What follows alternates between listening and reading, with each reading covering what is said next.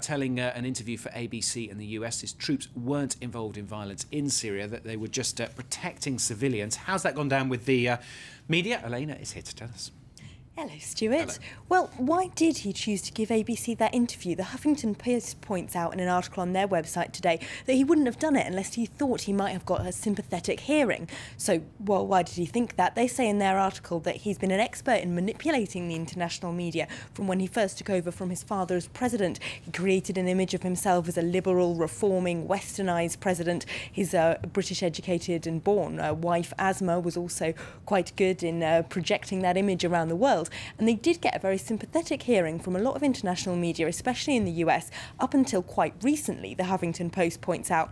Remember that profile of his wife in Vogue that caused such a scandal in May that was so flattering and, you know, failed to mention any of the atrocities, even though that was months after the beginning of the Arab Spring.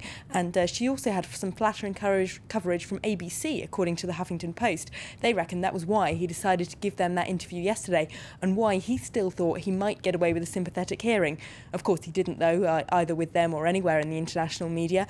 The New York Times correspondent has been in Syria itself, finding out how people there reacted to this kind of story that he's still spinning and has been for months, that this is foreign bandits within Syria who are carrying out these atrocities. His troops aren't doing anything, they're just protecting civilians. The opposition activists that the New York Times correspondent speaks to in Syria says they just can't believe he's still trying to sell this story to the international media. And they also say that the atrocities of the army in Syria are getting such that according to them, the government is deliberately trying to create a sectarian civil war. They're arming Alawite civilians who are the members of Bassad's own ethnic group to try and get them to attack their Sunni neighbours. And the only thing the opposition can do in response to that is to try and arm themselves, they say. Egypt's back in the news. New Prime Minister sworn in. What are the papers saying about that? Well, look at this cartoon from the Gulf News website. They've got a ballot box locked shut with a razor blade on top with the image of Field Marshal Tantawi on top of it. So it's quite clear what they're implying there. The generals are still managing to prevent a real democracy taking hold, even though they have inaugurated a new civilian government. Interestingly, the Egyptian newspaper Al-Masri Al-Yum says that they think the Muslim Brotherhood is colluding with the generals to try and prevent the secular revolutionaries from having much say in Egyptian politics.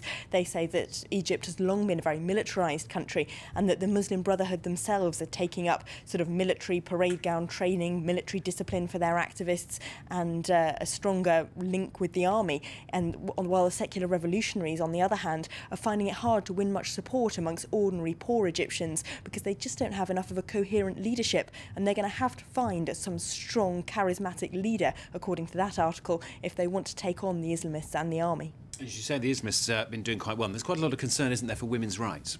Yes, but apparently women in Egypt shouldn't panic too much, according to an article in another paper there, Al-Aram. They've talked to some feminist groups there who say that while it looks like the winners of this election are going to be much more Islamist than we would have thought, we actually shouldn't panic because Egyptian Salafists are still quite a long way from the Saudi Arabian ones. And according to the feminists interviewed in that piece, Egypt has a longer and more vocal tradition of women's rights activism than we might imagine, and they won't be shut up quickly. Eurozone, is this summit going to be a success? Well, The Guardian isn't too positive. They reckon that Sarkozy and Merkel are going to create a two-speed Europe.